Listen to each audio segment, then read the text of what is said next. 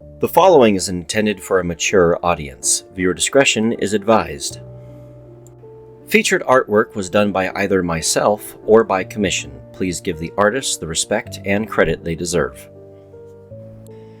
The Ark of Ham, Chapter 7. Ham found himself standing on a balcony. He was looking down at a very large courtyard that was covered in odd stonework all around it. The archivists called this place the Labyrinth. It was called a labyrinth for its circular nature surrounding the Archivist Cathedral, but was also called a labyrinth due to its confusing design and odd courtyards decorated with strange hallways and the general inability to navigate the place.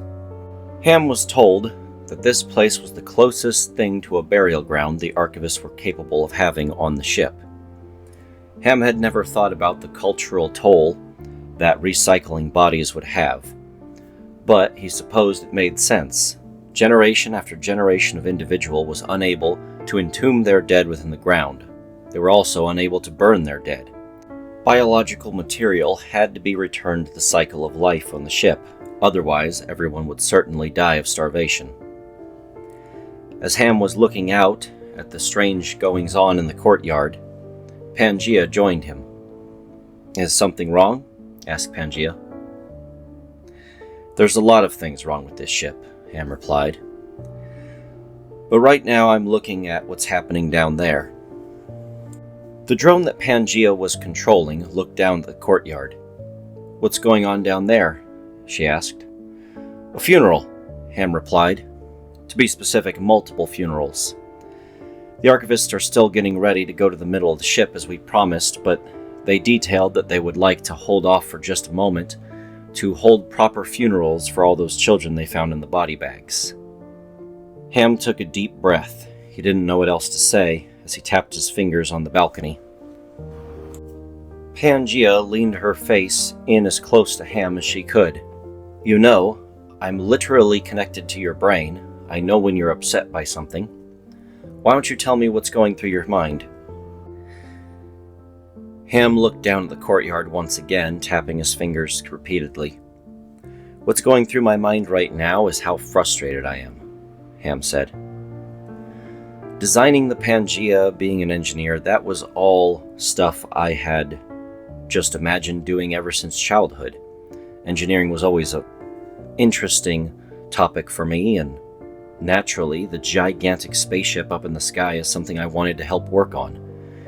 I was rather shocked when I became the head engineer in charge of installing the gravity plates on the ship. Gravity plates always just seemed so sci-fi, even the ones that were around when I was a kid. And installing better and better versions just seemed so natural. You can imagine my shock when they told me that I was going to be engineer number 3, in charge of taking over the ship should something go wrong. Granted, there were 2 people in front of me, but still, number 3, that was a pretty big number, especially considering how many candidates they lined up. "What made you the person best suited for the job?" asked Pangaea. "That's exactly what I've been wondering myself," said Ham. "You see, they kept those kind of details secret. They didn't want us trying to present a fake personality or alter the way we think or anything like that. They wanted the checks to be as honest and pure as possible. But if there's truly something secret going on in the core of this ship, well, then that throws all of the calculations off. I wonder, am I actually a good leader of this ship, or am I just the perfect tool, a pawn to be used by some shadowy organization that I don't even know is there?" People that I honestly hope to God are way smarter than me, argued about the Pangaea's political structure for years. Years and years they argued back and forth what would be the perfect system. Ultimately, it was decided that a captain wouldn't work for a long-term voyage like this, that I would inevitably become some kind of tyrant, or that I'd replace myself with some weird monarchical system. That's why I went into storage, and why the ship itself was automated. That's why every single person on the ship was expected to form their own ideals, beliefs, and try to work on things themselves. It also would work better for landing them on the planet if they were capable of self-governing. Now I'm looking down at the results of that. Some mysterious organization able to go where no passenger was supposed to be able to go, and able to pull strings that no one should have been able to pull. Now I'm forced to wonder, what exactly is my functionality?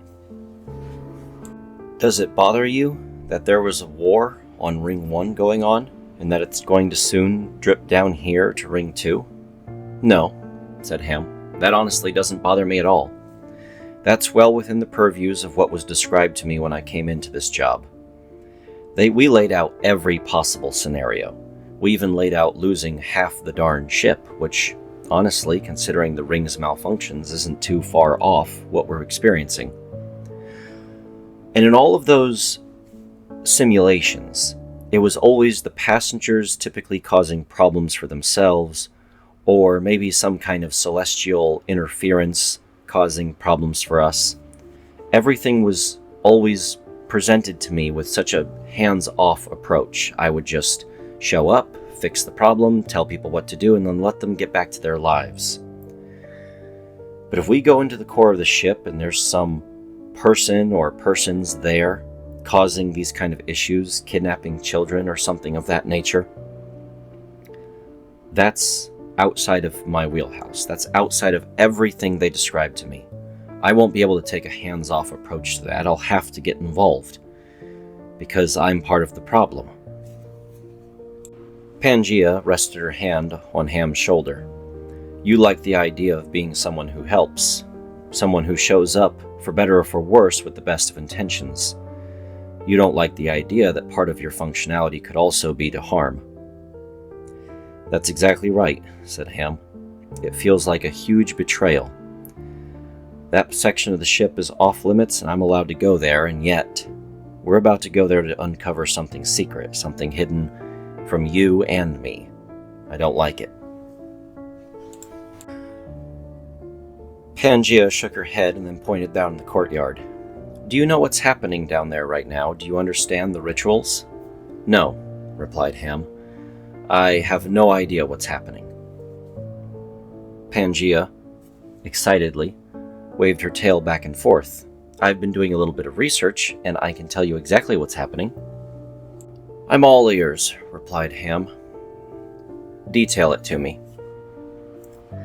Pangea pointed at one of the small groups of people.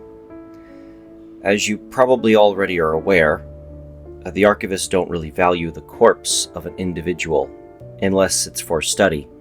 What they much prefer to have is all of the knowledge surrounding that individual. So, when a person dies, they gather up all of their personal documentation, everything that could possibly and conceivably relate to them. Every photograph, every book they've ever written, every book they've ever read, every single thing about them, and they compile it all into a singular compact storage drive. Those storage drives are quite expensive and really impressive. Honestly, they rival my own brain. They then insert that really robust storage drive into a solid, cylindrical stone that they then place into the various walls around the labyrinth. Just like a book in a library, every one's grave is categorized, stored, and meant to stay put unless it needs to be moved for reorganization. Ham smirked a bit. Even their graveyards are libraries. Makes a bit of sense. Oh, but it's far more interesting than that, detailed Pangea. See, that storage drive has a way of maintaining a power supply within it based upon atmospheric changes. It's not very much power, but it means it always stays on just a little bit. And with an external power supply, such as your personal device, you can extract information from the stone and have it read to you. Pangea held up one of the small passport devices that they were handing out all over the ship. This style of grave is so culturally significant, we went ahead and modified the design of these passports to interface with the stones. This is how people can walk up and read information about them. Even read entries from diaries and stuff that people had long since written down, assuming the author in charge of making the large data storage drive inside the stone was as accurate as they could possibly be. "That's pretty interesting," said Ham. "It gets more interesting if you're checking the stone of an old archivist." "Why is that interesting?" Pangea clarified. "You already know that archivists believe that truth and lies are irrefutably intermingled. Well, that means that each one of them is carrying a diary on them. That small diary is where they write down their true, inner, most private thoughts, and the diary is likely coded so that no one can read those thoughts. They believe that people hold back the truth when they're trying to converse with others, and when they feel like those thoughts are one day going to be read. Well, one way they combat that is in their personal diaries. They code everything with a personal coding system to prevent anyone from reading it at all. That's the place where they say the things that could get them in trouble, things that they never want to actually say, and they're hoping that if they're smart enough with their coding and private enough with their diary, by the time they die and it's placed into the stone, no one that they actually love or care about will be able to decode those messages. But they also don't want that truth to be destroyed, so they want it to one day be revealed by perhaps a future archivist long into the future. So, there's a little puzzle in every single archivist stone to uncover true facts about their life." "Of what value is that?" said Ham. "Just say what you have to say and what's on your mind." Pangea laughed. "I may be a machine, but I know how hard that could be. Tell me honestly, Ham, do you believe you were truly honest with your family before you departed the Pangea? Did you say your final goodbyes in an honest way, or did you maybe hide a few things or suppress a few things that you wanted to say but decided not to?" Ham shook his head. "Well, you have a chip inside my brain, so you know the answer to that. I suppose you're right. It is interesting, though. So, these little passport things," he said, looking at it, "can read the stones and connect with them? Are they able to connect to all sorts of technology?" "Just about," answered Pangea. "We've tried to make everything on the ship universal and interchangeable and interconnectable. We figured that'll be the best way of allowing people to reconnect after they're scattered all across the globe." As Ham and Pangea continued their conversation, down in the courtyard, Vicky was enjoying her newfound fame. This was the first time the public had actually been allowed to see and view her in the flesh. Many people believed that she was nothing more than the writings of crazy religious fanatics, and yet she was standing right before them. Some people fell to their knees in worship, others cried, and still others became angry and belligerent, spiteful that such a holy deity could exist and yet their loved ones were ripped from them. They demanded answers and wanted things to be made right. She was in the midst of embracing several individuals who were grieving the loss of their family members, wrapping them in her four wings as they cried, when suddenly a large bell rang within the Archivist Cathedral. Ham was shocked as the intense reverberations shook through his ribcage. The entirety of the Archivist Church was filled with the sound of the ringing bell. As much as Vicky was enjoying getting to meet people for the first time, even if it was a solemn occasion, she spread her wings and took to the air, landing right next to Ham on the balcony. "Someone is ringing the alarm bell. Come on, let's go inside and see what it is." "You have an alarm bell? I just thought that was a normal church bell." "No," she said. "This is an emergency bell. Come on, let's go see what they're ringing it for." Deeper within the chambers of their facility, the third throne was now standing at his full height. He was out of the pit and standing amongst his fellow soldiers.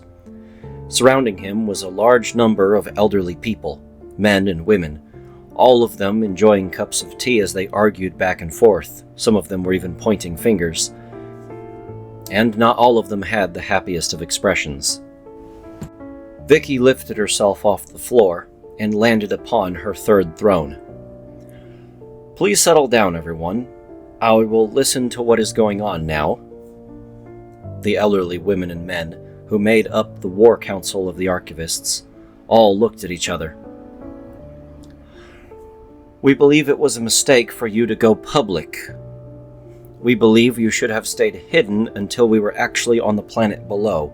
Even then, we think you should have stayed hidden." "No," said Vicky. "I revealed myself when I felt the time was right, and no, not a moment too soon. Tell me, why do you show such impertinence to your holy deity?" "Because despite the fact that you are everyone's elder, and the fact that you are our holy goddess, you are also an immature and sometimes selfish child, who puts yourself in unnecessary amounts of danger at a whim, simply so that you can experience more in the world. And although I respect that you sometimes feel caged with our care, we are clearly the more responsible people to dictate what should happen here, and we believe that you have made a mistake. Our scouts report that missionary movements are now entering the connecting spokes leading up to the center of the ship. They should be here within only a few minutes." Vicky shook her head up and down. "Well, maybe they're just here for a friendly visit?" Everyone stared at her as if she was a foolish child. "I know. They're probably here to attack, but the likelihood of them knowing about me is pretty low. Miss Vicky, when you are running a large wartime machine for taking over an entire ship filled with innocent people, they're going to hear about you eventually, even if they don't hear about you now. And knocking off the holy deity, the Archivist, just seems like a smart idea if you're trying to take control of everyone, doesn't it?" Vicky looked rather sheepish. "I suppose so," she said. She backed down from the authority of her own followers. "Captain Ham," the War Council boomed, "we beseech your aid. Would it be possible for you to deny them access to Ring 2? "No," Ham immediately replied. "A war between passengers and other passengers is not to be interfered with so long as it does not threaten the integrity of the ship. I would imagine that these missionaries know that. That's why they haven't been attacking the core of the ship. They probably don't want to make any extra enemies right now. I do not care about the morality of the people I drop on the planet, so long as I drop them down there. But certainly you will safeguard your own existence. There is a spoke not far from here. I imagine as you wish to venture up that spoke, you do not want it filled with missionaries who are likely to pull the trigger at the first person they see. You would like your rail car to pass by theirs, unimpeded." "Yes," confirmed Ham. "I'm likely going to deny them access to that one while I'm on it. So you might get an advantage from that, but it's not because I'm giving you an advantage. You're simply taking advantage of something that's happening." Some of the War Council immediately began to argue. "Are we still sending a patrol group up to the center of the ship while we're fighting off the missionaries?" "Of course we are," answered another. "Clearly there's an unseen hand at play, and this entire war could have been orchestrated by them. We cannot act rashly and cut ourselves off from future knowledge, especially if that knowledge could greater offer us an advantage dealing with this crisis situation here." Suddenly, the third throne interrupted them all. "I can guarantee the safety of this facility. If nothing else, they will not breach my walls." Vicky chimed in once again, "And I shall venture into the core of the ship with Captain Ham over there. Me and my child will be perfectly safe exploring the ship." "No," answered the entire council. "You are safest here." "No, I'm not. There's a war going on down here. There's no war going on in the middle of the ship. Everyone will pass right by and we will go unnoticed," she proudly declared. It would be safest for me and Olivia to just hang out in the middle of the ship until this all blows over." The War Council attempted to refute her claims, then they looked at each other. "She totally foresaw this, and that's why she came out with her name." Agreed. That's why she came out into the open about her existence." They all looked at her with a sense of blame. "I am your goddess. I am in charge here." "No, you're not. No, you're not. No, you are not," everyone answered. The War Council turned to Captain Ham once more. "Captain Ham, some of our expeditors, along with many of our zealots, and many other authors and individuals within our ranks, are at your disposal. They will be separated off to join you on your investigation into the center of the ship. They will obey your every whim and command, but keep in mind, they will prioritize the safety of our holy deity against all else." "Understood," replied Ham. Pangea leaned down to Ham. "So, all the synths are done on this ring. They've mostly been fooling around. Do you want me to order them back to the middle of the ship?" "Yes," replied Ham. "Do so immediately. Go ahead and shut down a few of the spokes, and make certain it's known that it's being done for ship maintenance purposes. That should prevent the missionaries from firing or trying to get onto those spokes." A small number of Navy officers, joined by the Navy officer who had been securing Ham's safety, along with a small number of Mafia toughs, joined by the Mafia tough who had also been securing Ham's safety, entered the War Council room. "Excuse me, War Council of the Archivists," they asked. "Meh, obviously we can't agree that we'll always be chummy. There could come a day when we have to fire on each other. But for right now, these missionary types, they're no good. They're going to have to be kicked off, right?" "That is correct. I assume you propose an alliance?" "And that's exactly what we're proposing. We'll help with the gunfire, you help with the swords and shields and all that, and the Navy will help with coordination, since they're in such small numbers on this ring."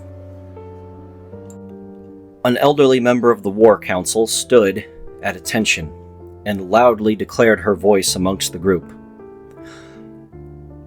"Your proposal is accepted. This unlikely alliance was foretold long ago," she said, pulling a small paper out of her coat pocket. "This is a page from Vaticini Adei Verti's sacred diary. It's Vicky," she declared. "Silence." "She foresaw our unlikely alliance during dark times, and that a war was coming down upon us.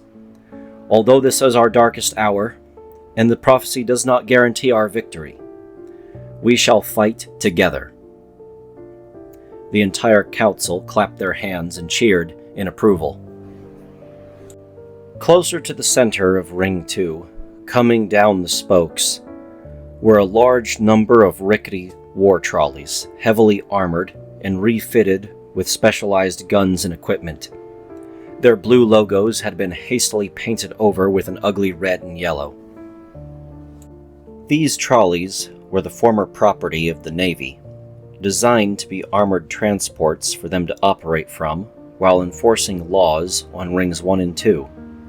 However, in missionary control, heavy sponsons had been attached to both sides. Machine gun turrets were also attached within the sponsons. On the roofs, large cannons were also mounted.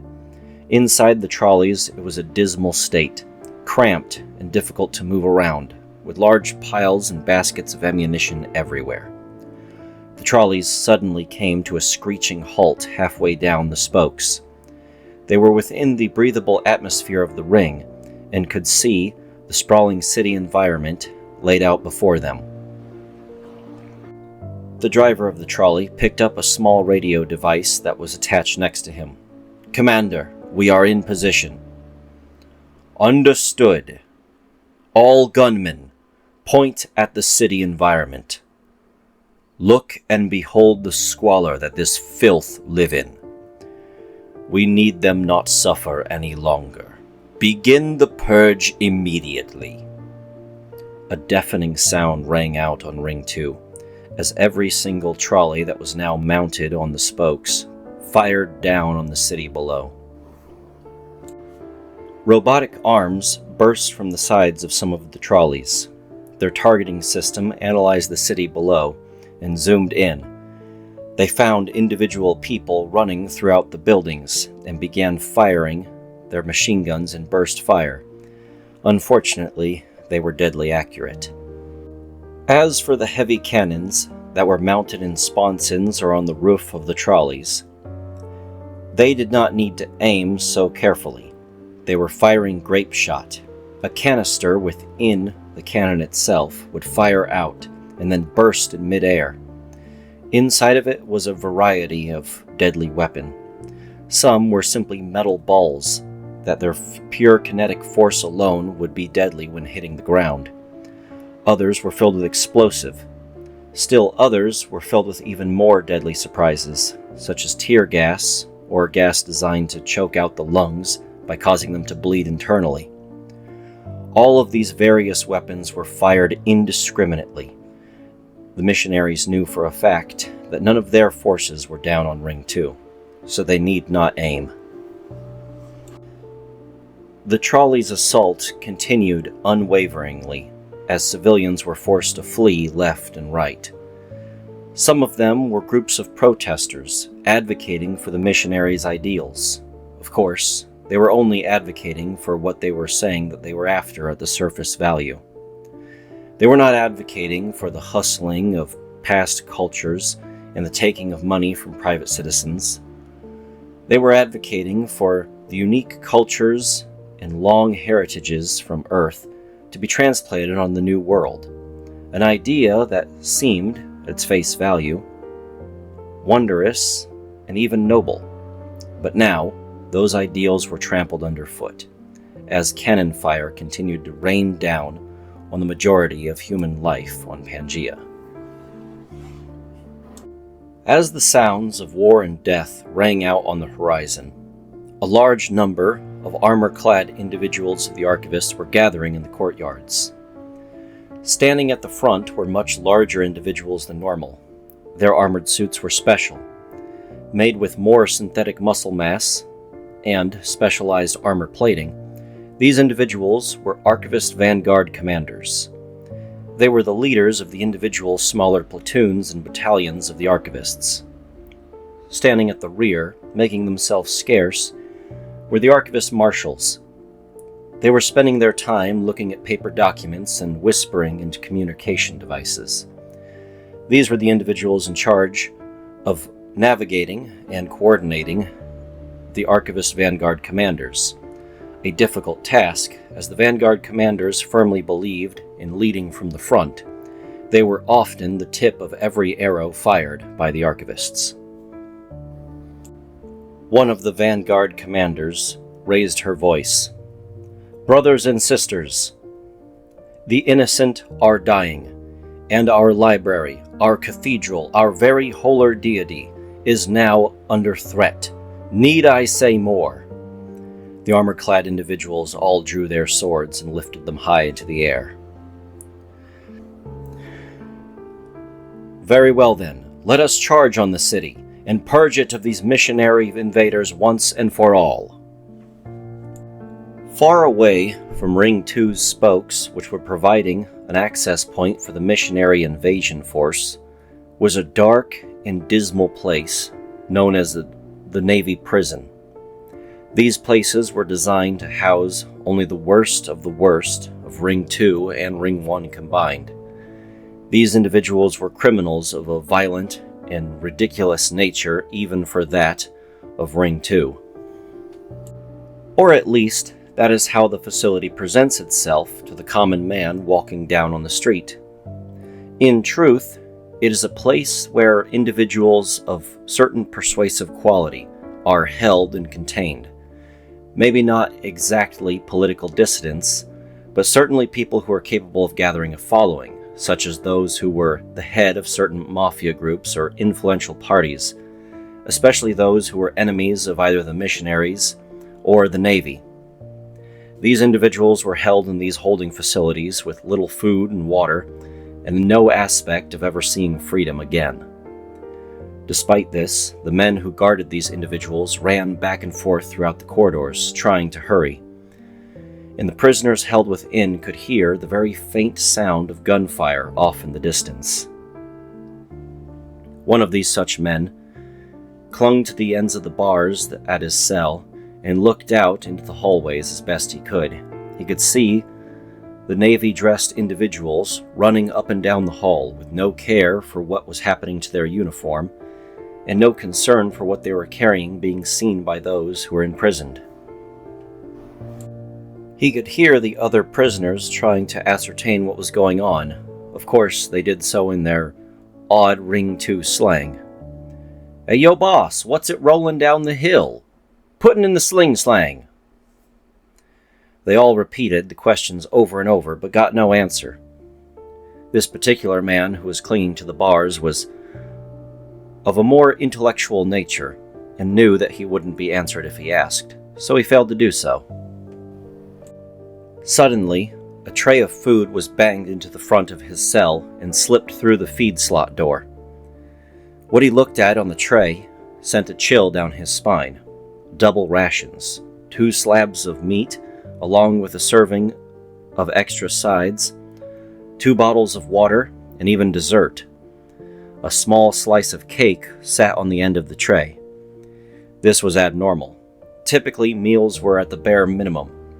Pieces of bread and meat, or the occasional vegetable was all he had to look forward to, but now it looked like a whole feast was placed before him. He couldn't help but wonder why. The faint sound of gunshots far off in the distance echoed across the entire prison complex, but they concerned the man very little, as the sound of gunshots occasionally was normal in the dense city environment. What was far more concerning to him was the sudden and well-defined sound of a gunshot echoing throughout the facility itself. The gunshot repeated over and over at regular intervals as it moved about the facility. He quickly grabbed the tray and began eating his food. They likely weren't poisoning him if there were sounds of gunshots going out through the facility. He moved away from the bars and made himself scarce, hoping that they weren't coming for him next. He ignored the silverware on his tray and picked up the mashed vegetables with his hands and placed them up to his lips for consumption. He repeated the action with the meat and various items until he eventually made it to the dessert, which he savored as slowly as he could. Finally, a figure rushed to his cell and suddenly threw the doors open. He saw a man dressed in a naval uniform carrying a gun enter his cell. He thought for certain this could very well be the end. He accepted his fate and closed his eyes, prepared to be executed by this man. What happened next surprised him a bit. He felt something heavy and metal be lowered into his hands, despite the fact they were dirty with food. When he opened his eyes, he looked down to see a gun gingerly laid into his lap. Another bag was tossed next to him, and he was told, in no uncertain terms, by the officer in front of him as to what to do. "Congratulations, sir. You've received a full pardon. Gather all your things and leave this facility immediately. If you don't, it's likely you will die." Before the man was able to turn around, he reached out. "Sir, what are you talking about, officer?" he asked. The officer turned back. "There's been a war going on between the missionaries and the Navy. They're attacking Ring 1 and killing all civilians. With your criminal record, they will kill you. As far as the Navy is concerned, you've received a full pardon. Your entire record has been wiped. We don't care what you do. You're free to leave this facility or stay and defend it. That's up to you." Are you serious?" he asked. "Yes. But keep this in mind. When you leave this facility, if you run into missionary individuals, they will kill you on sight. So will their auto guns, which have your criminal records stored in their database. So what you do from here on in is your decision." The naval officer immediately left the cell, and then went to the cell next to him, flung open the doors, and repeated the action over and over again. The man was left stunned inside his jail cell, not knowing what to do. The man looked down at the firearm that was hastily laid into his lap. He recognized it as a firearm called a slammer, a hastily cobbled-together homemade firearm used by certain individuals of lower income status on Ring 2. These things were typically made for self-defense or a cheap method of quick robbery, depending upon the length of barrel that they had. As he picked up some ammunition from the bag that had been hastily thrown next to him, he loaded one into the barrel of the weapon and picked up the two various components consisting of a slamming barrel and a stock for steadying the weapon, and prepared to leave his cell. As the man took his first step out of his cell, he looked around down the hallway. Once a familiar place now seemed to be playing out like a strange alien painting. The guards were ignoring the prisoners, going back and forth without a care in the world. The prisoners seemed so put off by what was happening around them, they didn't know how to behave or react. They were all now carrying firearms and ammunition, but not a single one of them seemed to be interested in using them. Rival gang members that only hours before had been swearing up and down that they could kill the other at a moment's notice were now walking side by side, gingerly making their way through the hallways towards the exits. They didn't know what to make of what was happening around them. The man was not interested in leaving the facility right off like the rest of them. Instead, he made his way to the farthest ends of the building, into one of the highest parts that he could see. This would give him sight over the entire city environment. As he slowly made his way up the stairs, he finally arrived at a window and peered out what he thought could not possibly be real. Playing out before him was a moving painting of an apocalyptic scenario. Large, heavy armored vehicles were now firing shots into crowds of people. Buildings had been toppled over, and the entire landscape seemed to be a smoldering ruin of what he remembered lying there only moments before. The man stood there for what felt like hours, but it might have only been minutes. He was uncertain as he was so flabbergasted by the scene playing out before him, until his train of thought was eventually broken by a hand on his shoulder. He turned to see the warden of the prison, a man he had always held in the deepest levels of fear and intimidation. 574, you are free to stay here if you want, said the warden. But I wouldn't suggest it. The missionaries are going to hit this place with every armor-penetrating round they have as soon as they are in range. I doubt there'll be anything of the building left, and we will have the unfortunate task, if we survive, of defending the rubble, as it is a good hardpoint position, and we see no reason to abandon it so quickly. He looked at the warden. I'm free to go. That's right, the warden said. Funny. Normally, you're one of the smarter ones. I catch you in the library all the time. I take it this is the first time you've actually been in a real firefight? The thuggish-looking man shook his head up and down. If it's any consolation, I knew for a fact the charges against you were trumped up. I just had no capacity to prove it. You were always a free man in my eyes. I'm happy to see you leaving this facility in one piece. That being said, I'd rather not die by your side, so please leave as soon as you are able. The warden then began walking down the stairs to leave the man in his peace, letting him adjust to things at his own pace. The man quickly turned and shouted down the stairs as the warden walked away. What were those gunshots ringing through the facility earlier? The warden replied as he ventured down the halls. Those who did not receive a pardon, he replied.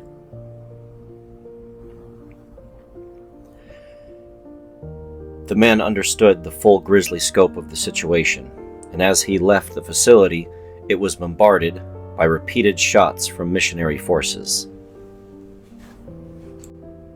Ham was finally prepared to evacuate Ring 2. He boarded a rail car that was joined by various members of the archivists who were now hidden down below the visible sightlines on the rail car. Synths covered the tops and outsides of the rail car. indicating that they were not to be fired on by the missionaries. For a reason Ham couldn't quite deduce yet, the missionaries were unwilling to fire on members of what they considered to be the ship's crew. The first throne was small enough he could fit inside of one of the railway cars made for cargo, but the second throne was so large she had to hide underneath tarps on a flatbed. Vicky, being the holy deity of the archivist, was completely surrounded by members of Vanguard, who were carrying heavy armored shields, nearly 3 inches thick, surrounding her completely on all sides. "I'm not so certain this is necessary," she replied, but they ignored her comments. As the train began to move, Ham was joined next to him by a Navy individual who had removed his uniform and donned on some archivist clothing in the hopes that if he were seen, missionaries would avoid firing upon him. He handed Ham a small radio device. "Mr. Ham, Grand Admiral Phillips is on the line for you. He wishes to confirm that you are now leaving Ring 2. "Is that so?" replied Ham as he held the device up to his face. "Hello, hello, testing, testing," Ham said into the small device. "Hello, Mr. Ham. This is Grand Admiral Phillips. It's good to speak to you once more. I'd honestly thought you died when I watched you get eaten alive."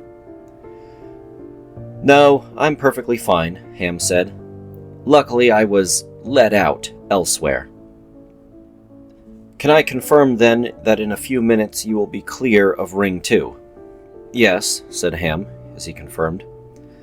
"Good. Fighting has finally come to a bit of a stalemate up on Ring 1, likely due to the number of people that they sent down to Ring 2. Once you are in the core of the ship, if possible, I'd like to push a counteroffensive and get rid of these missionaries once and for all." Ham thought about it. "You'll get no argument from me," he said. "Thank you. But might I ask that you keep several of my Navy officers with you to take a look at the rest of the ship? If things have truly been handled unfairly and the missionaries have some kind of special advantage against my Navy boys, I sure would like it if you could give us a hand, if you will." "I'll certainly think about it and keep your men right next to me. If something concerns me, I'll let you know." Ham ended the phone call as he looked at the devastation going on just outside the railway car he was traveling upon.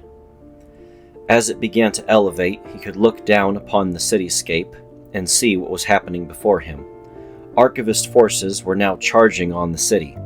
Archivist Vanguard commanders were now running at full sprint, carrying two-handed swords in a single hand, and lugging around shields that were easily 3 inches thick.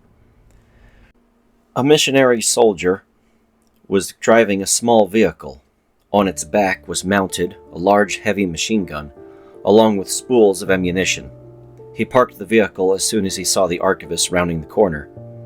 He jumped onto the machine gun mounted on the back of the vehicle and began firing at the heavy armored individuals.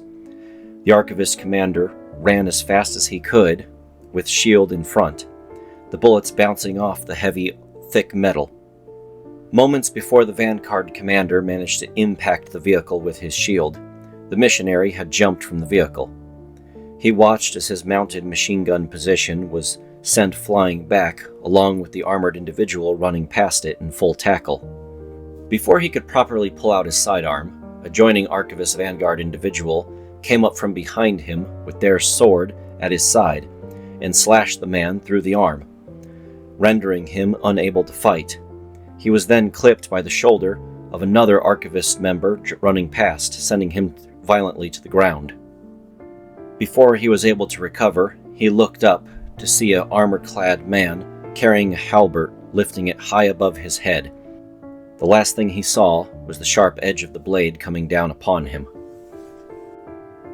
The last thing Ham was able to bear witness to, before eventually the rail car managed to leave Ring 2 completely, was the third throne charging valiantly from the Archivist Church.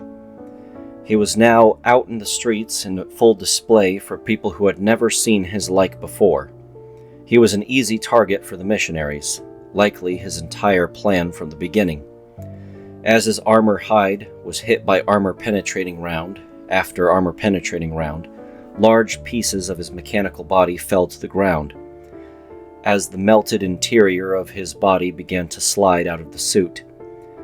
The last thing Ham saw was his flaming figure bearing down on a missionary position as they attempted to draw fire towards civilians. He brought down his heavy body onto their armored position and began breaking up the various vehicles that they were using for transport, each one of them turning on him in turn and trying to fire, as they were crushed under his might quite literally. As he gazed on at what he knew was the end of the hulking brute, he looked on in horror at the rest of the train. Archivist individuals quickly got between Ham and their holy deity, with fingers over their lips telling him to be quiet. They wanted her to not know that someone she considered a dear friend had just perished down below. Leaving the devastation of war behind, the train made its way to the center of the ship. Rather than going through the traditional rails that would lead to the other rings, it took a sharp turn in a narrow passageway that had opened up. This led to the very core of the ship, where most of the engineering equipment and storage lie. Ham, as well as the synths such as Pangea and Bo, got out of the train easily and started walking on to investigate the core of the ship. As they turned back, the archivists seemed to have brittle sea legs and were woozy. "All right," Ham said. "You guys have never actually experienced the wonder of gravity plates. Say hello to the very thing that is my job, and the thing most people hate most about space travel." Vicky had climbed up onto her second throne's back and was sitting on her rather plump posterior, but the second throne reached back and picked her off. "Sorry, milady, but I'm probably going to have to walk on all fours in this place." The first throne agreed. "Not I either. You'll have to sit upon the melted for safety." Ham looked on in curiosity at the word melted. "Who are the melted?" he asked. Several slumping, slagging individuals made their way off the train. They had an even funnier way of walking than the rest of the archivists, and seemed to melt upon the floor, until eventually they actually did. Forming into a singular blob of what appeared to be a black gooey substance, they quickly immersed themselves below the feet of their holy deity and carried her like a sentient beanbag chair. Ham looked on in confusion. "I thought this stuff was like some kind of suit. What's going on here?" Vicky explained. "You recall that particular nun who was the daughter of that woman you brought with us?" "Yes," Ham replied. "These people are a lot like her. They're melted. They're just like other nuns, except there's not much human body left inside their suits. They're mostly just the suit. So they have a difficult time maintaining human form. They're more like a liquid. I like to sit on them from time to time, just like a throne. In fact, the thrones themselves are also melted, except their mechanical bodies and their synthetic brain tissue allows them to maintain more of a individual state." Ham got down and looked at the large mass of people, all fused together as one. "I think that's one of the most horrifying things I've ever had described to me." "We actually like it," replied the melted. "Oh, sorry." Pangea proceeded to lead Ham and the archivists to the exact spot where the friendly forklift robot would go about the ship before returning to the core of the ship and engage with the wall. From that point, it would be completely hidden from Pangea's view, and she would have no idea what was happening to it. Ham stood there, looking on at a strange door mysteriously recessed into the wall. It had no method of opening, no panel to interact with, and as far as he could tell, was completely wireless for its operations. Ham stood there in quiet contemplation. I'm certain with my engineering degree, I can find an appropriate way of opening this door without causing any damage to the ship. On the other side of the door, everything was quiet and still, until the door went flying off of its frame into the darkness, the piercing light illuminating a large synthetic foot with 2 toes on the top and 1 on the bottom, as well as a very large boot of an armored individual. Bo, as well as the first throne, then appeared amongst the light into the room. "Looks clear. Come on in." Ham then stepped into the light. Ah, wonderful brute force, the solution to most of life's problems. They had made it into a small loading bay, where forklift crates could be pressed up against the door, where the door would then open, the crates would go inside, and the door would then shut, before anything had the ability to squeeze in with the crate. As they looked around the service bay, they saw piles and piles of robotic components laying on tables and in corners. Ham took a quick look at the robotic components. "Huh, that's funny," he said out loud. The archivists quickly got to his side, as they were writing things down in their booklets, taking note of everything they were seeing. "Do tell us the joke, Mr. Ham. What is so funny?" Ham pointed at the piles of robot parts with his finger. "These, machine parts all over the place. These are for robots that are from Earth, but they weren't on the Pangea." "What's wrong with them?" they asked. "Well, you guys probably wouldn't understand this because you're so used to seeing the synths, but when this ship first departed, none of the robots were bipedal. None of them could walk on just 2 legs. All the robots we stocked this ship with had 6 or 8 legs, and typically looked like trash cans moving about in a clumsy manner. That's because we bought the cheapest robots we could, usually things out of salvage yards or things that were destined to be scrap metal. That's what we stocked this entire ship with, old reliable technology that we knew how it would fail. But these things were state-of-the-art," he said, picking up one of the robotic limbs. This was a top-of-the-line service model for maid work and housework and companionship, I'll say that. These things would have been extremely expensive. I wonder what they're doing here on the Pangea, though. We don't buy expensive things. Expediter Termelin came up from behind. He managed to lay his hands on a book labeled Inventory.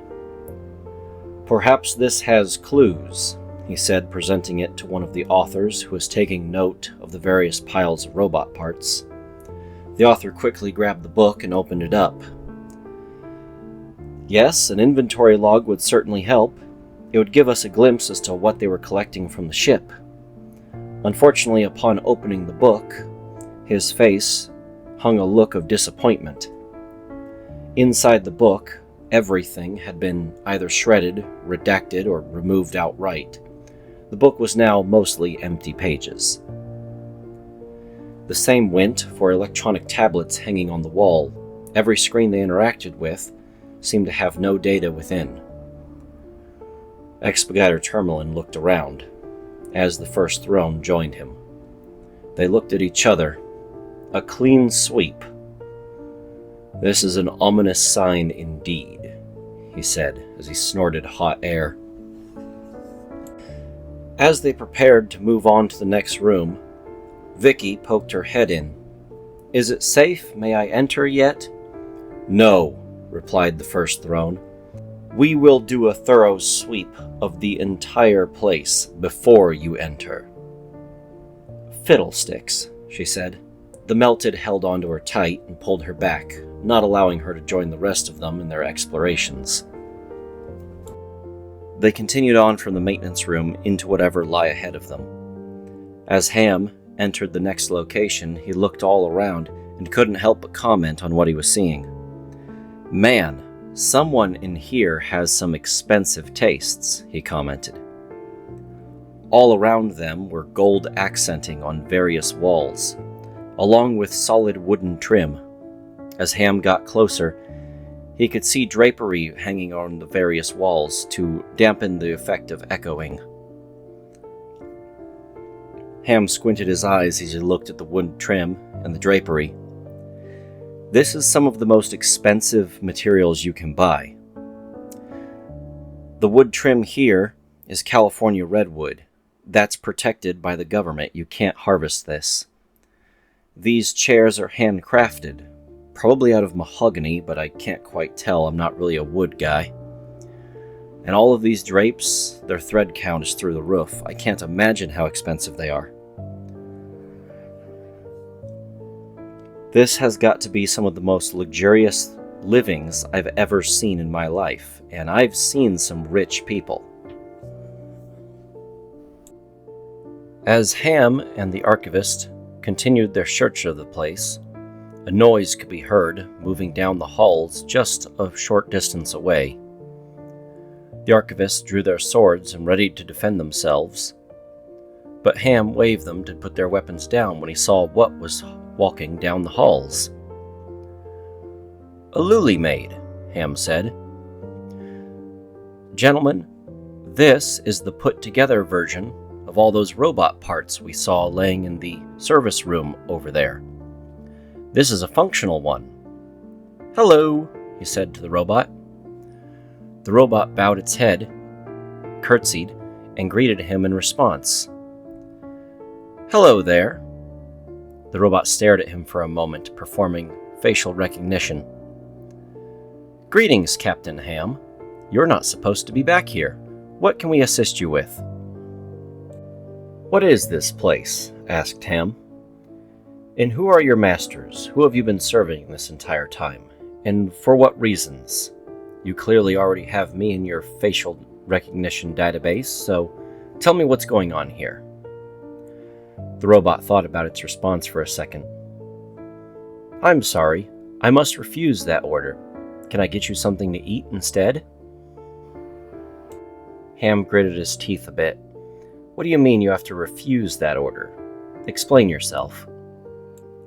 "I'm very sorry, Captain Ham, but all matters regarding any events occurring within these walls is labeled as confidential.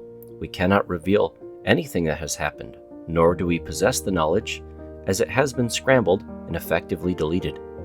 Can we get you anything, though?" As the archivists began to fan out and search for clues, Ham thought carefully about his response. The archivist located several more lily maids in various corners of the facility and brought them to the central area where they gathered around Captain Ham. "So, there's no possibility of you telling me what's going on here. Well, that's fine. We can do our own investigation. But, in the meantime, how about you bring me something to enjoy?" Ham then proceeded with giving them a complex order of tasks to be brought to him. BO3, or Bo, sat down curiously next to Ham. "So, what exactly is it that you're up to?" "Oh, I'm just having them bring me a few things so that I can do some basic deductions about what's going on in this room." Bo's curiosity had been piqued. "All right. I would love to see what you deduce from your investigation." The archivists continued to move from room to room, looking for any information that could give them details on what the place was for. As far as they could tell, though, there were no signs. The only thing they could do was catalog what room appeared to be used for what. Most rooms were for personal luxury, bedding, smoking, things of that nature, the occasional reading room with empty bookshelves. But occasionally they found more common area rooms that facilitated drains and electrical equipment, perhaps laboratories or fabrication. They couldn't be certain. By this time, they had started to regather in the center, with unfortunately no clues as to what the place was for. Ham was finally having the maid robots bring him things, and they were beginning to pile in the center around him. "Ah, yes," said Ham. "At long last, my machinations are complete. Behold, Bo, a perfectly cooked steak, a great big pile of mashed potatoes. Oh, look at the size of these green beans. A roll the size of my head, perfectly made butter. Several cigars, give 'em a smell, there's no chemicals in that, that's just straight tobacco. And, of course, the finest whiskey they have here, which, if my sense of smell is correct, is from Earth, not made here on the ship. Excellent. And, of course, a bottle of wine. Let us dig in and enjoy ourselves." Bo laughed at Ham's shenanigans. "I thought you'd be taking this more seriously." "Oh, I am, but I'm no investigator. I have no idea what's going on, but I can enjoy the fruits of their labor." He started to eat, as Bo rolled his eyes. One of the archivists piped in to speak to the expurgator who was standing nearby. "One of these rooms appears to be a launch bay for some kind of shuttle. It's completely empty now, but it does connect to the outside of the ship. They must have loaded it up with everything in here that they could take with them, and then they went down to the planet. I suppose we won't be getting any new information until we land. I'm very sorry." "Darn," said the expurgator. Ham, whose mouth was full of food, looked up. Why on earth would they leave all these handy Luli maids? These things are great. I don't know why they'd leave them behind. That just seems silly. One of the maids happily answered Ham's question. "We are unable to maintain our modifications. The other maids had more recent modifications that did not require maintenance, so they were taken. We were left behind because we are currently not at optimum efficiency. If we are given the time and the components necessary, we could easily repair ourselves." "Is that so?" said Ham. "And what component do you require?" The maid tried to answer. "We require a—" Suddenly the maid stopped. Its eyes seemed to dart to a direction in the room, before causing all the other maids to begin walking in that direction as well. All of the maids cleared out of that chamber and moved to a back room immediately. The sound of a piercingly high-pitched alarm rang out for only a moment. They all looked at the source of the sound, a section of wall that was receding into the ceiling. Walking out of it was another variant of the Luli maid. However, this one did not feature a human face or soft external features, nor did it wear any clothing. This one was more akin to the ones standing in the scrap heap piles. This particular variant of this machine had had its right arm removed and replaced with some kind of weapon, a weapon that none of the passengers could recognize, but Ham was all too familiar with, as he had several different working contracts with military organizations on planet Earth before the Pangea departed. Despite the fact that Ham was attempting to scream at the top of his lungs, he couldn't hear the sound of his own voice. No one seemed to react, at least not fast enough in Ham's mind for the volume that he was exerting. He warned the archivist that was being pointed at by the weapon to move out of the way. Instead, the knight only held up its shield, 3 inches of hardened metal, held up by the mechanical assistance of his own suit. It wasn't nearly enough, though. Milliseconds began to stretch out like minutes as they watched the weapon fire. A strange glowing red light began to erupt from the man's shield, and tendrils of the light began to wisp through the air until meeting the weapon where the shot was originally fired. It went right through the soldier and into the floor below him. What they were witnessing was the peculiar phenomena caused by certain energy weapons fired at high power. Although the laser cannot be viewed traditionally with the naked eye, these particular high-powered lasers will typically enter the visible spectrum at the point at which they make contact. From there, the laser beam will slow down as it is no longer being fired and produce a visible spectrum of light that reaches back towards the weapon. This essentially means that from an uneducated person's mind, they would assume that the shot was fired from the individual being shot at, rather than the one holding the weapon. As the Vanguard Knight fell to the ground, the Expediter pulled a weapon off of his back. The large weapon was actually a pistol, but was wieldable thanks to the improvements made to his armor. The 40mm pistol launcher, called Puckle's Purge, fired 40mm grenades in all kinds of variety. The in particular rounds he had loaded were Dragon's Breath, for firing fireballs to incendiate an area. The Zealots jumped into the air and clung to the walls in order to get an advantage as they tried to move around the individual firing on them. The Lily Maid easily evaded their capture, jumping back and forth as they tried to strike her upon the balcony. The Expediter loaded his next shot and then fired it towards the Maid. Although it hit its target, the Maid was made of metal, and the fire did very little. Expediter Tourmalin's heavy armor was fire resilient and therefore preferable when facing such energy weapons. Although he was hit several times, none of the hits were serious. They did not pierce his armor. The Zealots were wearing much lighter armor and focused on their maneuverability to prevent themselves from getting shot by the devastating weapon. Sad to say, the Vanguard were nearly useless and were forced to withdraw from the room, trying to evacuate single file. Unfortunately, this made them a prime target. Whenever available, the Lily Maid pointed at them and dropped another Vanguard onto the ground. Ham, who was wearing no armor and carrying no weapons, found himself suddenly on the ground, with something thick and muscular laying on top of him. "Bo?" he said to the creature laying on top of him. "Yeah, it's me. I gotcha. Don't worry." "Bo, I realize this is an incredibly dangerous situation and we should be focusing on how to either take that thing down or evacuate, but I can't help but to ask, are you flexing your muscles on top of me?" Yes, I am. Why?" "I was just curious." "Either way, you're going to want to hang on really tight." "Why is that?" he asked.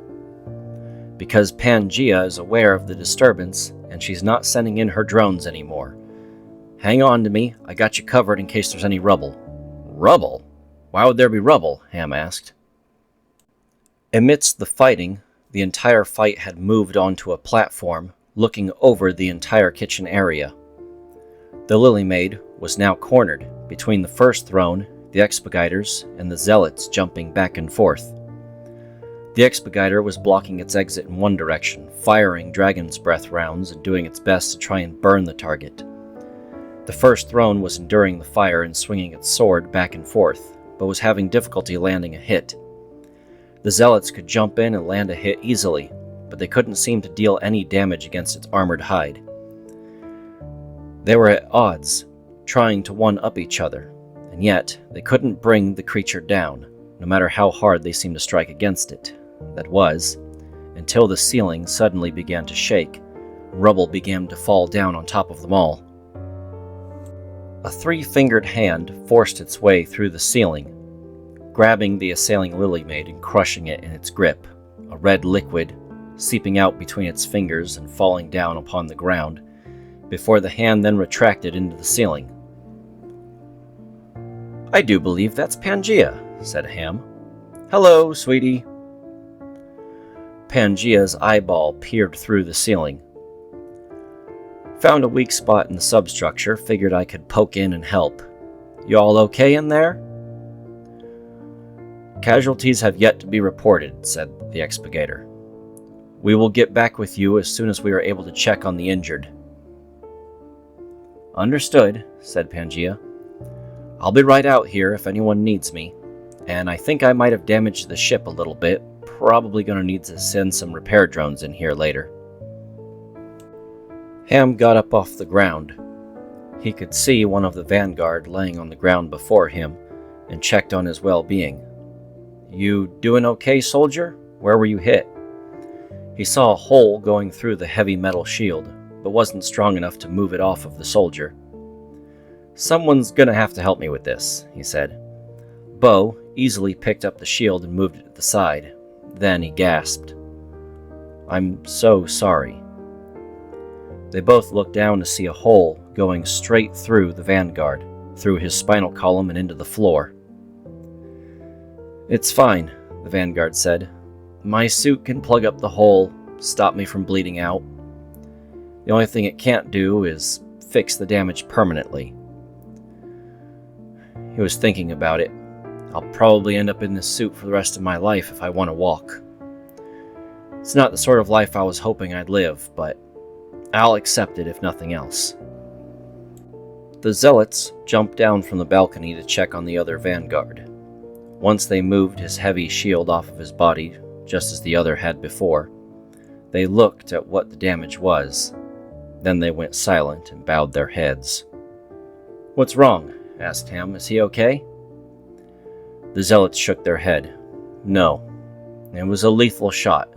There is nothing we can do."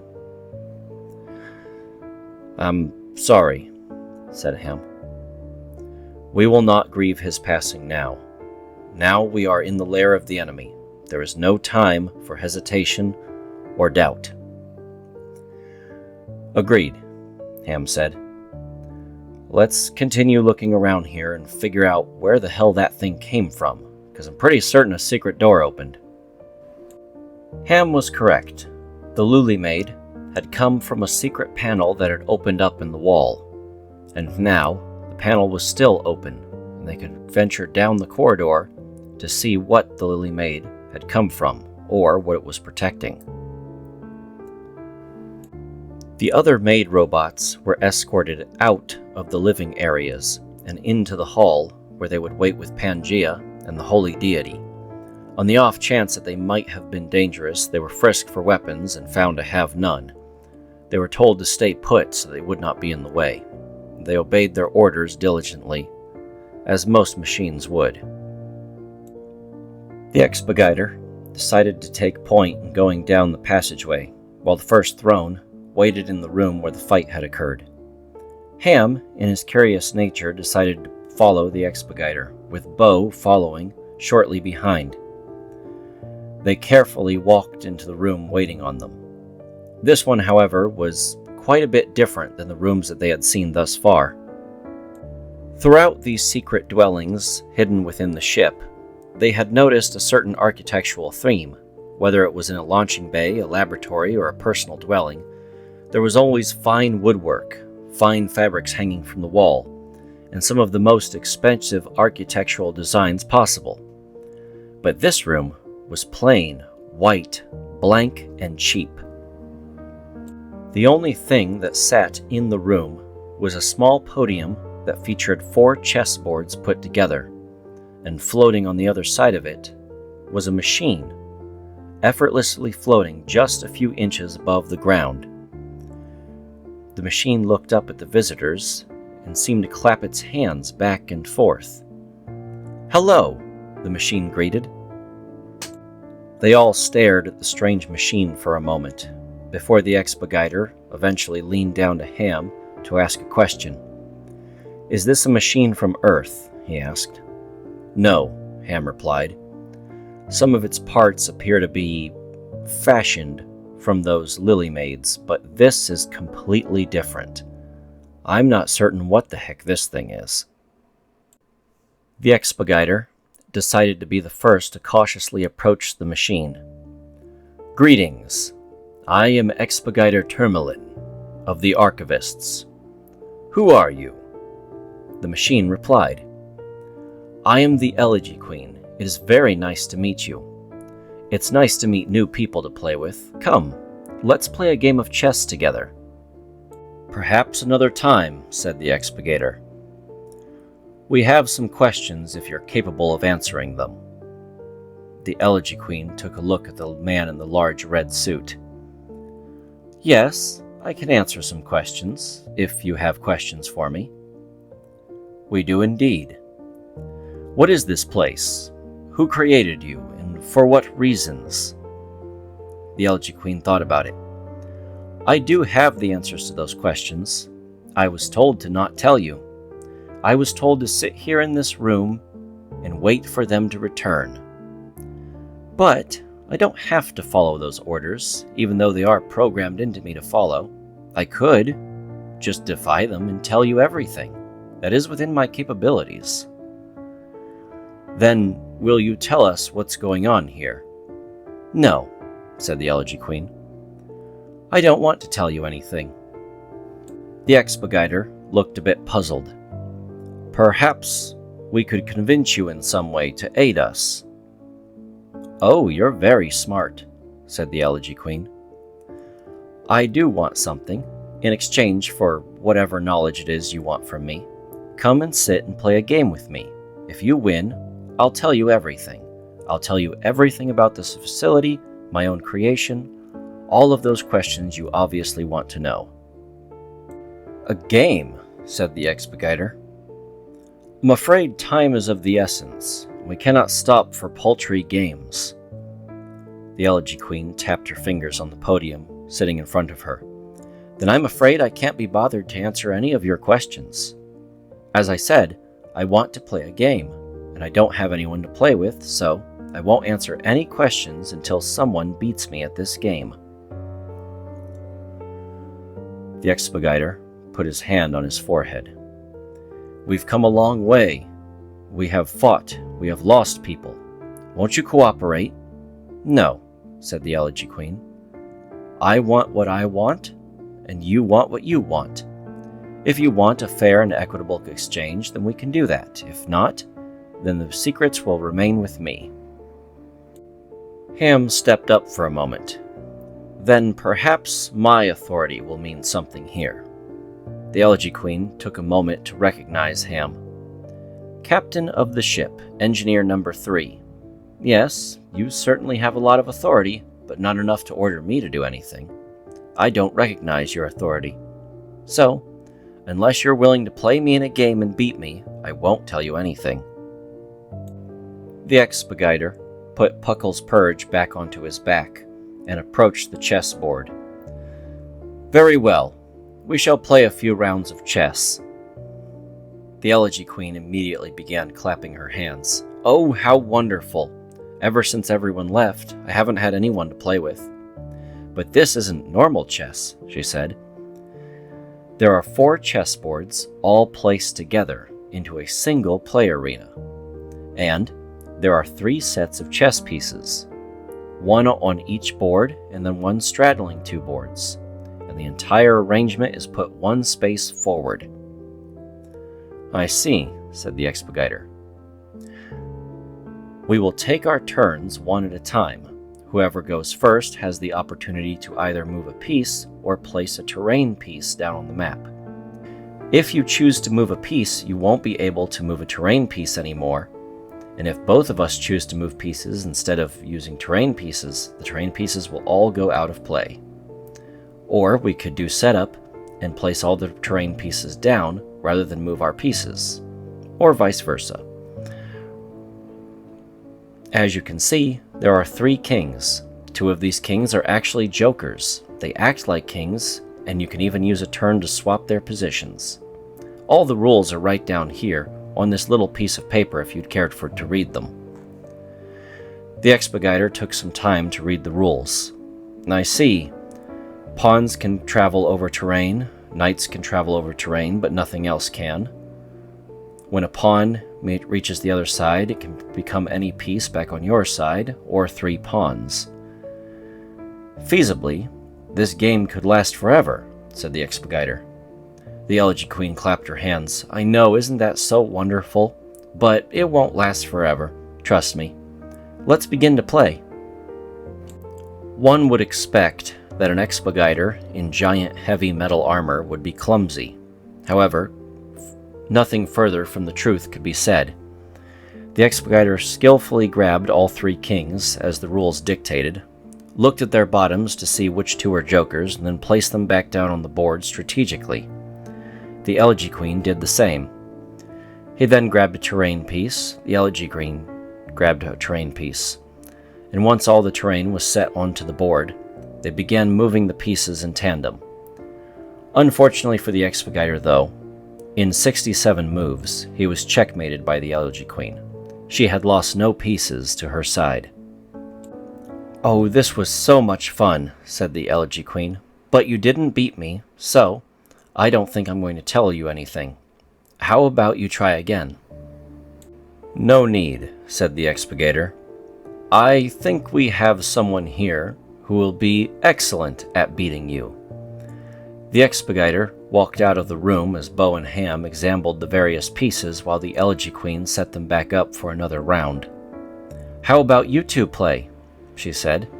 "I'll let you both play me at the same time so you can help each other." No, said Bo. I think this is probably better for the archivists." Ham was looking at the chessboards with curiosity. "I'm going to wait a little longer to figure out the rules, if you don't mind. They're a bit confusing to me, but once I get them down, I'll play you next."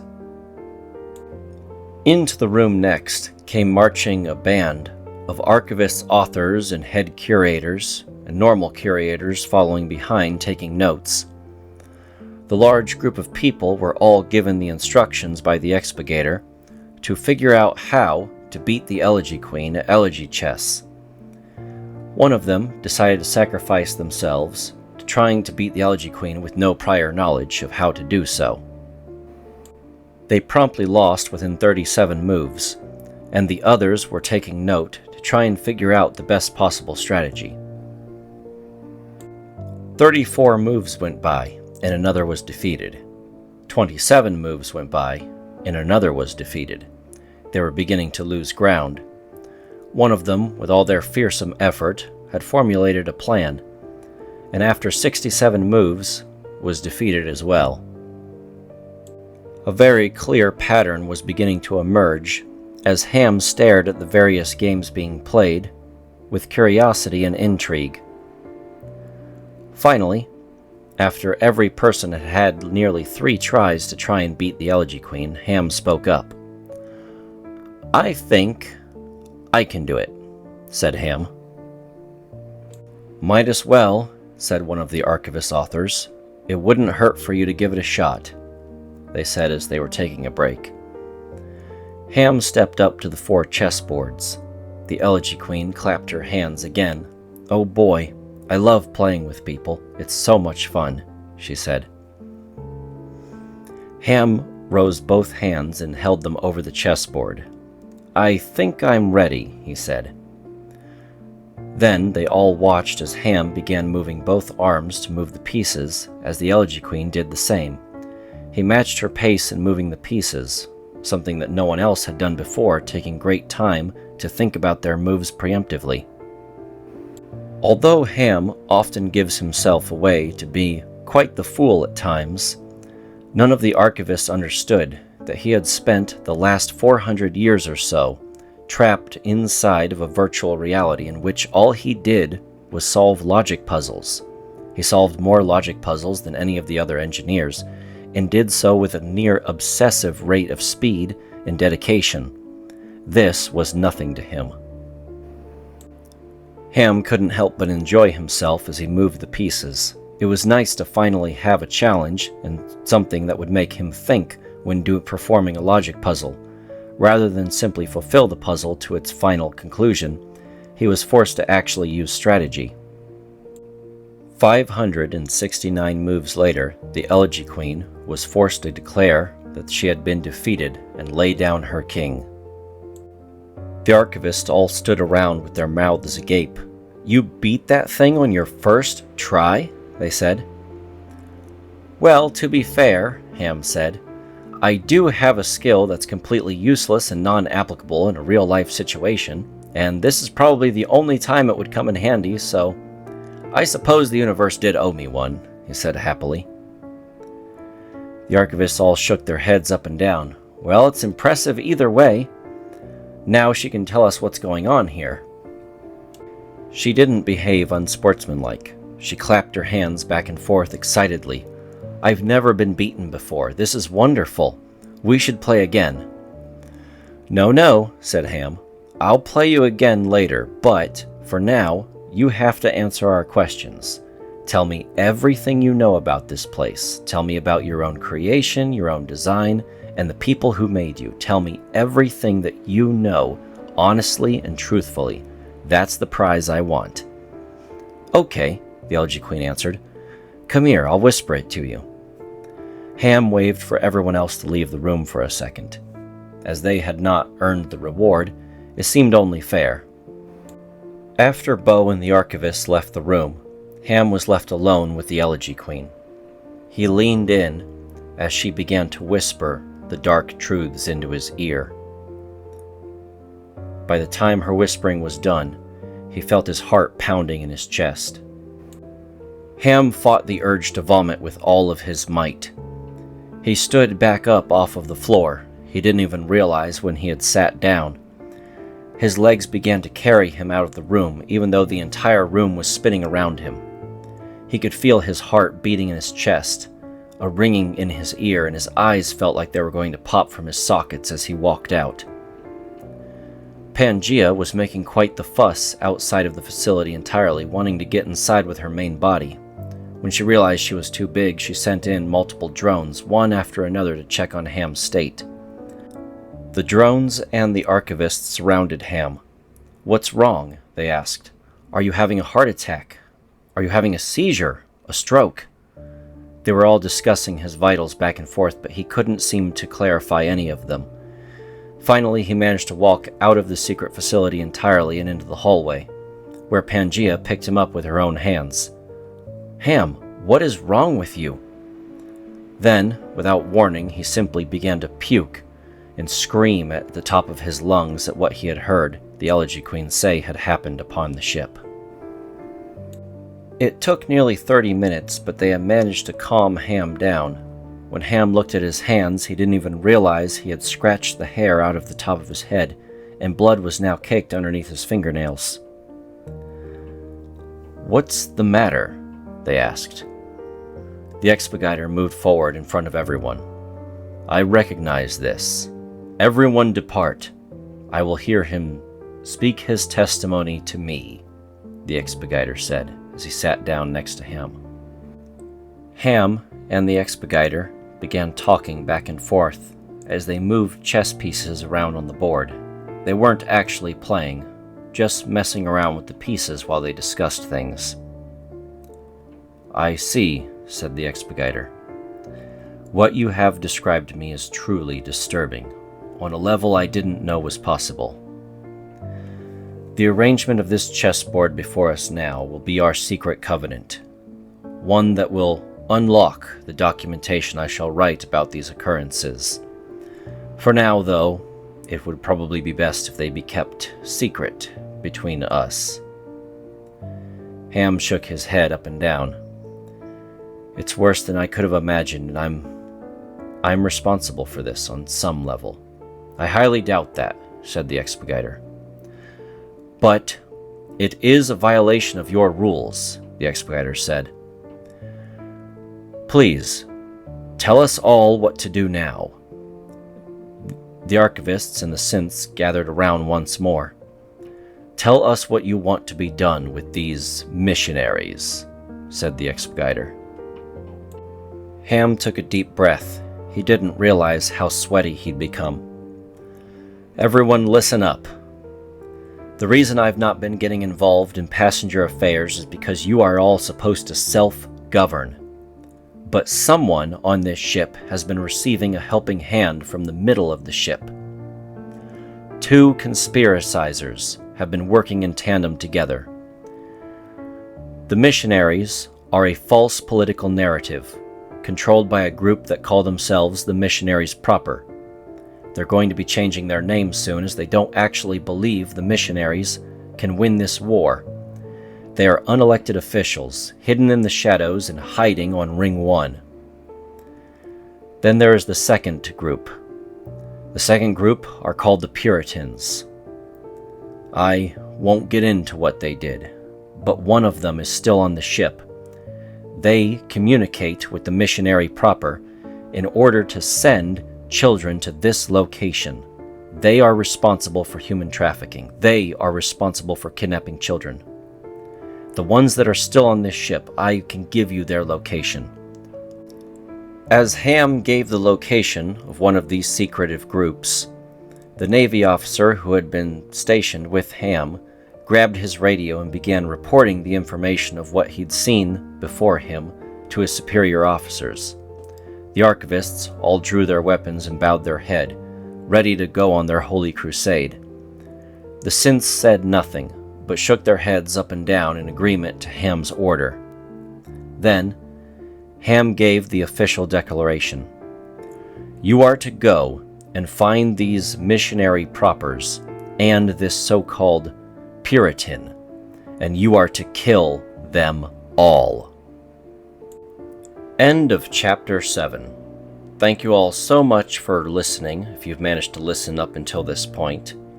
Don't forget to check out the artist who made some of the amazing artwork for this chapter.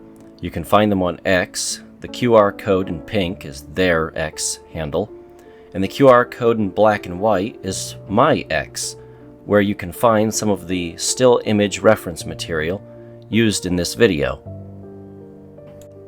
I hope you have enjoyed the story up until now, and I hope you continue to enjoy it in the future. I've had a lot of fun writing this story. It's been an interesting challenge to me. And for now, I guess I'm going to have to say goodbye.